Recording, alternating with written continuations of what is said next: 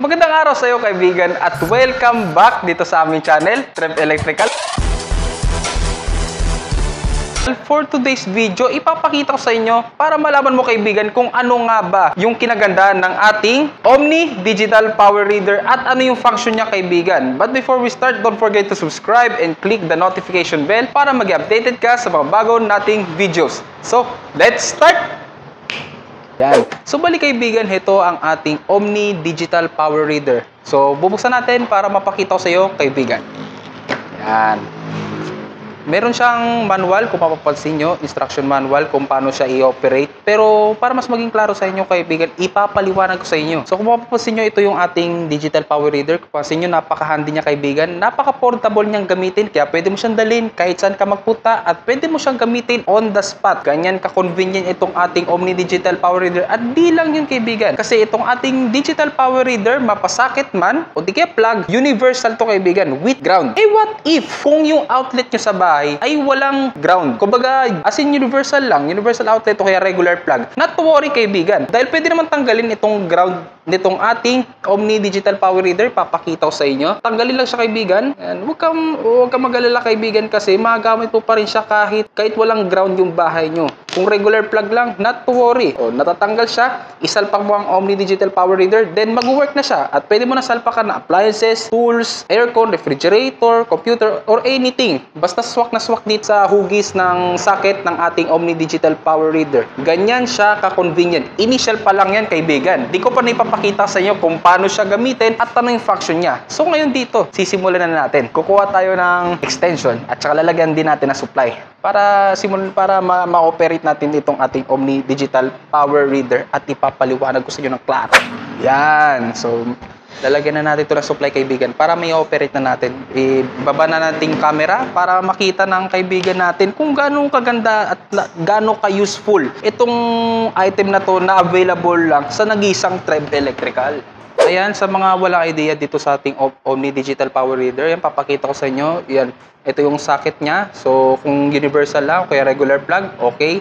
Kung may ground, pwede rin dito. Yan, dyan yung isasalpak yung appliances, tools, aircon, refrigerator, or anything kaibigan. Basta swak dito sa ating Omni Digital Power Reader. At dito naman, ito yung parang kung saan isasaksak nyo sa outlet nyo para mag-operate itong ating power reader. So, papakita ko sa inyo. Yan. May supply na to kaibigan. Sasaksak lang natin. Yan. Kung mapapansin nyo, may nagpop-up na dito sa LCD ng ating power reader. Yan. At meron siyang 3 push control button kung mapapansin nyo. Ano bang purpose nitong yung tatlong control button na to kaibigan? Una, punta muna tayo sa up and down. Yung up and down kaibigan, yan yung parang scroll niya. Kumbaga, pagpipili ka na gusto niya basahin yung ganito, pindutin mo lang tong up tsaka down. Kasi itong ating power reader, multifunction to. Paano ko nasabi na multifunction siya? Kasi itong power reader natin, kaya niya basahin yung una, voltage kaibigan. Yung wattage kaibigan, yung electric consumption, power cost, ratio of operation condition, at saka running time. Multifunction tong ating Omni Digital Power Reader. At kung gagamitin mo man siya ng gabi, not to worry kaibigan. Kasi itong ating power reader, kung gabi mo man siya gagamitin, meron tong backlight. Kaya makaka-access ka pa rin, mamomonitor mo pa rin siya kahit sa gabi. So, ganyan kaagap itong ating Omni Digital Power Reader. So, sisimulan na natin. Magsasample na tayo ng pwedeng isalpak dito sa ating Omni para basahin itong ating power reader yung electricity consumption, power cost, or anything na sinabi ko dito na naka-indicate dito sa instruction manual ng ating power reader. So ito na. Ito yung charger niya kaibigan. Mag-charge tayo ng phone.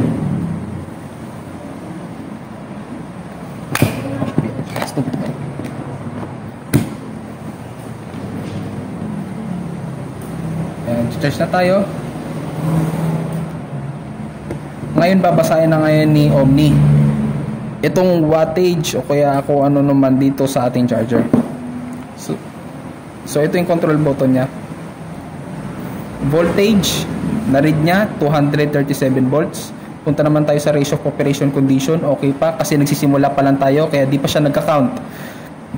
2 minutes na natin ginagamit yung charger. Yan, kung mapapansin yung running time niya, kaibigan, nagka-count na siya. Yung wattage ng charger, yung kuha niya ng kuryente, 3.8 watts. Yan, 3.7 or 3.8. Ganyan yung power wattage ng ating charger. Yung power cost, 0 pa lang, kaibigan, kasi nagsisimula pa lang siya eh. Tsaka, syempre yung ating energy consumption, hindi pa pumapalo ng 0.0001 kilowatt hour. Dito malalaman na makakatipid ka. So, mamonitor mo na makakatipid ka sa kuryente mo kasi meron kang power reader. Tsaka di lang sa ganun kaibigan, kasi pwede kang mag-compare. For example, meron kang dalawang charger. Yan. Dito mo, sa tulong ng ating Omni Digital Power Reader, dito mo malalaman kung saan ka mas makatipid. Dito mo rin malalaman kung ano yung mas malakas kumuha ng power, kaibigan. Yung, kumbaga sabihin natin, fast charging. So, sisimulan na natin. So, sabihin natin, ito na, dalawang charger ha. Ito si Charger A, tsaka si Charger B. So, iti-test na natin siya, yung performance nila sa tulong ng Omni Digital Power Reader. Ang wattage, tandaan nyo, kaibigan ha. Itong si Charger A, ang power wattage niya ay 3.7 watts. So, susubukan naman natin si Charger B. Kung the same ba sila ng wattage ni Charger A. Yan, kaibigan, no? Kung mapapansin nyo, pumalo na siya ng 0.0001 kilowatt hour. So, real time talaga yung inilalabas na record ng ating Omni Digital Power Reader. So, kung sakaling tanggalin mo itong charger, kaibigan, hindi madidelete yung record. Yan, hindi madidelete yung record kung ilang minutes mo siya kinonsumo. Yan, kaibigan, kung mapapansin nyo, hindi naalis yung kilowatt hour niya. 0.0001 pa rin siya, kaibigan. Kaso kung mapapansin nyo, yung iba, ratio of operation condition, yung wattage, tsaka yung power cost niya, 0 kasi wala na tayong isinalpak na anumang object dito sa ating Omni Digital Power Reader. Pero pag sinalpakan na natin yan, gagana na naman ulit yan, mag-a-appear na naman yung wattage siya or ano. So ito na, susubukan na natin si Charger B. Charger A, kaibigan, na 3.8 watts. So tignan natin itong si Charger B.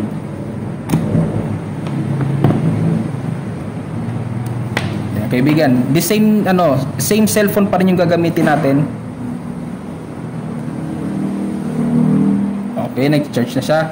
Gamit na natin si Charger B. Titignan natin yung wattage para malaman natin o kaya ma-compare natin kung anong charger yung mas malakas at kung ano yung charger na makakatipid ka. So, dalawang purpose yan, kaibigan. Sa tulong yan ng ating Digital Power Reader. Yan. Kita mo, kaibigan, laki ng difference. Charger A 3.7 watts pero itong ating Charger B 4.8 watts. So ipagsabihin mas mabilis mag-charge itong si Charger B kaysa kay Charger A.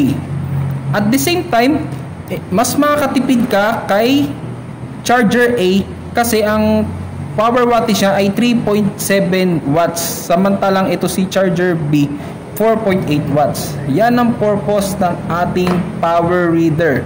Hindi lang basta ma-monitor mo yung konsumo mo ng kuryente. At the same time, malalaman mo rin kung anong appliances, tools yung mas malakas, kaibigan. For example, sa ilaw, 'di ba? Sabihin natin, ang ilaw 3 watts, 5 watts, 7 watts. Siyempre, kung ano yung mas mataas yung watts, yun yung mas malakas. So, ganun din dito sa ating Omni Digital Power Reader. Kung magsasalpa ka dito na kung ano yung mas malakas na wattage, yun yung mas malakas, yung mas matindi yung performance. At kung ano yung mas mababa na wattage, dun ka naman mas makakatipid. So, okay, kaibigan, tapos na tayo sa charger. Another example naman, kaibigan. Mag-sample naman tayo ng barena. Yan. Gaya nga nasabi ko, napaka-convenient gamitin ng ating Omni kasi anything na na plug, mapa may ground man o kaya regular plug, swak na swak yan sa ating Omni. Universal kasi, kaibigan. Yan, sasakpak na natin para malaman natin kung yung lakas nitong ating barena. control button niya, up and down. Pili ka lang ng kung ano yung gusto mong option, kaibigan. Mapa-voltage man, energy consumption, katulad niya, no? Pakita ko sa inyo, kaibigan. Oh, ayan, diba? Nag-iba yung option niya. Wattage, yan. Oh, pwede ring up. Yan. So, punta tayo sa wattage, syempre, para makita natin yung power ng barena. Yan. 0.0 kasi di pa natin binubuksan yung barena. Pero ngayon bubuksan na natin siya para malaman natin kung gaano kalakas itong ating barena, kaibigan. Okay. Yan na.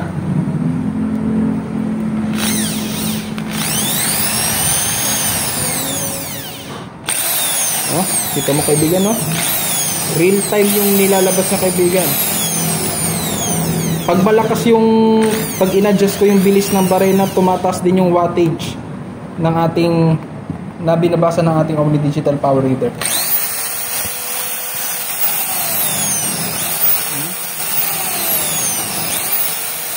Siyempre habang mataas yung power na nilalabas ng ating barena, tumatakbo din yung kilowatt hour niya, kaibigan.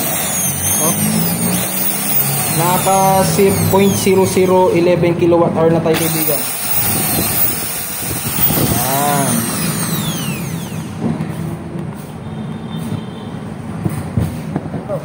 At di lang yung, kaibigan, syempre bibigyan ko na rin kayo ng tips paano siya gamitin. Paano mag-delete ng records dito sa ating digital power reader. Kung mapapansin nyo, naka 12 minutes na natin ginagamit. 12 minutes na tayong gumamit ng kung ano pa, barena, charger. Ngayon kaya pumalo na siya ng 12 kilowatt hour. Ngayon ang tanong, kung sabihin natin gusto mo na i-reset, tapos gagamit ka ng ibang appliances para or anything na isasalpak dito sa Omni para malaman natin yung talagang total na energy consumption niya. Simple lang, kaibigan, kung paano siya i-reset. I-hold mo lang tong down. Hold mo lang, magiging 0 na siya. Kaya yung kilowatt hour niya, ratio of operation condition, wattage, yung power cost, mare-reset siya, kaibigan, unless sa voltage, kasi ito yun binabasa niya yung mismong supply na kuryente nitong extension, kaibigan. At di lang yun, kaibigan, bukod sa kaya niya magbasa ng voltage or energy consumption or kaya mag-compare ng mga wattage, kaya din nating i-set up yung rate ng kilowatt per hour. Sabihin na lang natin kung papalo ka ng per kilowatt per hour, 11 pesos, ganito lang, 11 pesos or anything, kaibigan, i-set up mo lang yung price. Ganito lang siya, i-hold mo lang yung menu.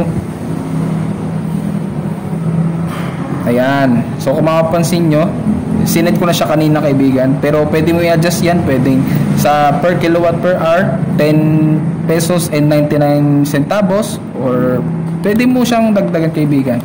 Ayan. Kumbaga ito yung parang estimation mo, kaibigan. For example, kung mag-i-start ka ng i-monitor yung konsumo mo ng electric fan. Syempre bago mo i-operate yung Omni Digital Power Reader natin, at the same time isasalpak, kailan i-set natin yung price, kaibigan, per kilowatt per hour. Ayan. So i-set natin siya ng 11 pesos. So pag umabot tayo ng 1 kilowatt per hour, 1000 kilowatt per hour, magiging 11 pesos na siya. Yan, nakaset na siya, kaibigan. Antay ka lang ng 5 to 10 seconds, nakasave na siya. Nakaset. Yung setting niya, ayos na. Yan, okay na. So sisimulan na natin. Yan. Ito, kaibigan. So sisimulan natin, kaibigan, i-operate na.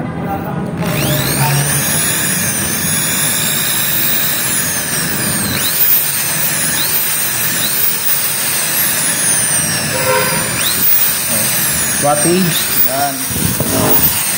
Wattage yan, kaibigan, ha. Okay. Voltage, yan, nakikita nyo. Ratio of operation condition. Yan, tinan mo yung power cost niya, kaibigan. Gumamit tayo ng barena, 7 minutes, 0.01 centavos. At yung kilowatt per hour natin, 0.0005 kilowatt per hour. Yan pala yung nakukonsumo natin dito sa barena sa loob ng 7 minutes. Yan.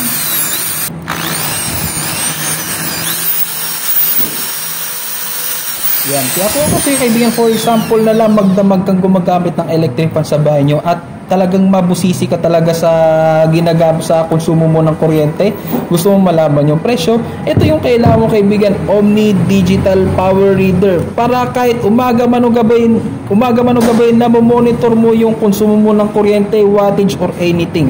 Kaya kung ako sa iyo kaibigan, kumuha ka na nito, kailangan mo to for indoor lang to kaibigan ha, at available lang to sa Trev Electrical.